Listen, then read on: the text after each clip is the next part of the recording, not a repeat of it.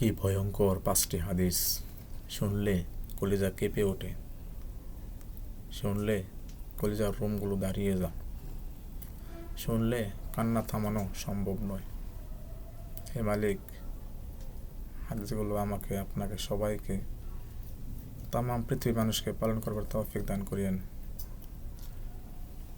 5টি ভয়ঙ্কর হাদিসের মধ্যে একটি হাদিস হচ্ছে, নবী করিম সাল্লাল্লাহু আলাইহি ওয়াসাল্লাম বলেন, যে ব্যক্তি অন্যের গুনাহ নিয়ে খোঁটা দেবে, আল্লাহ তাআলা তাকে ওই গুনাহ না করানো পর্যন্ত ওই ব্যক্তির মৃত্যু দিবে না। তিরমিজি শরীফ হাদিস 2505 নম্বর হাদিস। কি ভয়ঙ্কর একটি হাদিস! আল্লাহ। 2 নাম্বার, নবী করিম সাল্লাল্লাহু আলাইহি ওয়াসাল্লাম বলেন, মৃত্যুর পরে তাদের মাথা পাথর দিয়ে ভাঙা হবে যারা ফজরের নামাজ না পড়ে ঘুমিয়েছে এবং কোরআন শরীফ পড়ে তা ভুলে গিয়েছে এবং সঠিক মতো কোরআন শরীফ পড়ে নেই। আল্লাহ হেফাজত করো। 3 নম্বর হাদিস, আল্লাহ তাআলা বলেন, আমি ইচ্ছে করলে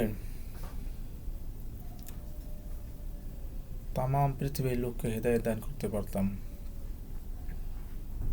কিন্তু আমার এই কথাটাও সত্যি, আমি মানুষ এবং জিন দ্বারা জাহান্নামকে পূর্ণ করব। আল্লাহ মালিক। 4 নম্বর হাদিস, আল্লাহ তাআলা ইরশাদ করেন, হে লোক সকল, ওই দিনকে ভয় করো যেদিন তোমাদের মুখে তালা লাগিয়ে দেওয়া হবে, তোমাদের মুখ বন্ধ করে দেওয়া হবে, কিন্তু তোমাদের কৃতকর্মের সাক্ষী তোমাদের অঙ্গ প্রত্যঙ্গ দিবে।